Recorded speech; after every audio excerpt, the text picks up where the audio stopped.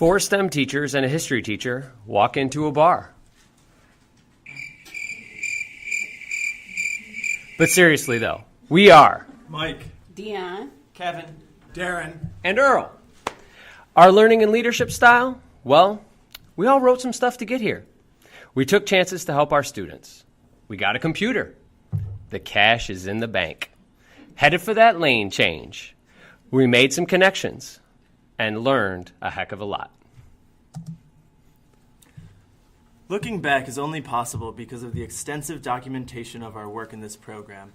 Utilizing digital tools and the internet has provided the ultimate warehouse for our records, one that we can easily access at any point.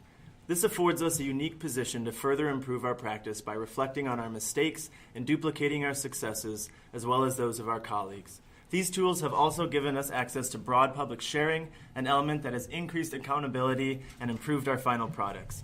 Seeing these practices modeled throughout the year has enabled us to effectively implement them. Our students are growing up in an era where they use the internet constantly. This creates shorter attention spans and more difficulty being auditory learners. Students are used to instant gratification because of the technology they use outside of the classroom every day. Why not meet these needs and use some of this technology in your classroom as well? The Kahoot quizzing system gives students a chance to instantly test their knowledge. They can also create their own quizzes to further their understanding of a topic. Do you Kahoot? Project-based learning is a pedagogical approach that puts the students in charge of the learning.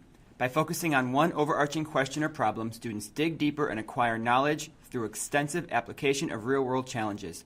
This acts as a framework for learning content and provides context and meaning. It often requires the teacher to get out of the way and let students learn and discover the answers to the big questions. It also gives students a chance to discover what knowledge they will need to complete their project and motivates them to take ownership of their learning. taking risks in your instruction is the only way to continually meet the demands of your students. What worked last year might not work now. It's easy to be open-minded when you're surrounded by inventive and supportive teachers. Putting new learning into practice in your classroom can be intimidating, but if you try, the lessons will only get better over time. The bottom line is, just do it.